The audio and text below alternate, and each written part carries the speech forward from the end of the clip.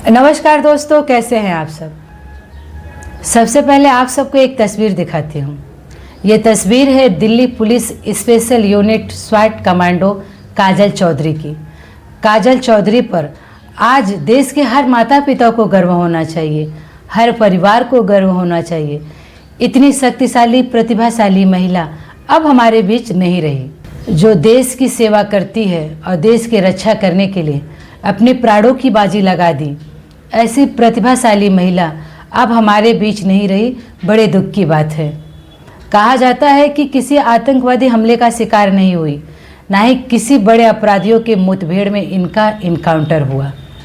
ये अपने ही घर की लड़ाई में हार गई, लोगों को बचाते बचाते, सुरक्षा करते करते और अपने पति से अपने आप को न बचा सकी काजल चौधरी।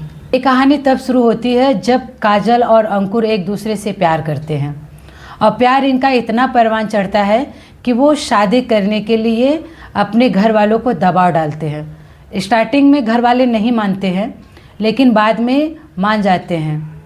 लव मैरिज कम अरेंज मैरिज ज़्यादा होता है। परिवार वालों ने मिलकर इनकी शादी कर देते हैं। काजल की मां ने शादी में 18 से 20 लाख रुपए खर्च किए।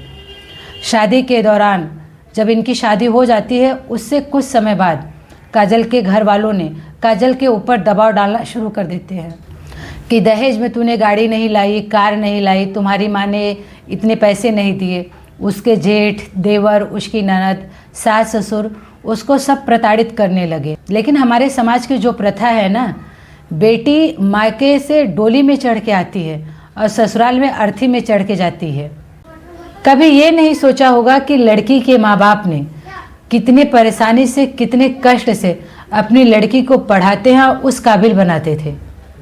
लड़की दिल्ली के स्पेशल यूनिट में स्वाट कमांडो थी, सरकारी नौकरी थी, लड़का भी कमाता था, फिर भी दहेज के लोभी, दहेज के कारण उस बेटी की बलि चढ़ा दी है। एक रात जब हस्बैंड वाइफ में झगड़ा होता है, झगड़ा इतना बढ़ जाता है कि पति को इतना गुस्सा आ जाता है, वो गुस्से को कंट्रोल नहीं करता। वहीं रखे हुए डंबल को उठाकर पत्नी के सर पे तब तक वार करता है जब तक पत्नी की जान नहीं निकल जाती।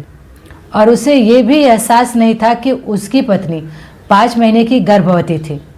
अपने पत्नी का मुंह नहीं देखा तो क्या हुआ, कम से कम गर्भ में पल रहे बच्चे के बारे में तो सोचा होता कि उस मासूम का क्या कसूर था जो दुनिया में आने से पहले ही तुमने उसे मार दिया। उसने अपनी गलती पर तनिक भी पछतावा नहीं था। बड़े गर्व से अपने साले को फ़ोन करता है, कहता है कि तुम्हारी बहन मेरे हाथों मारी गई, आके लेके जाओ। भाई जब ये खबर सुनते हैं, उसके पैरों तले से ज़मीन खिसक जाती है। उसे यकीन नहीं होता, जिस बहन की शादी उसने इतनी रजगज से किया, वो बहन आज उसके ही बीच नहीं है। और वो पुलिस थाना में जाकर रिपोर्ट लिखाता है, लड़के के खिलाफ, लड़के के घर वालों के खिलाफ। मैं आप सबसे कहना चाहती हूँ कि प्यार करना इतना गलत हो गया कि उसकी जान चली गई।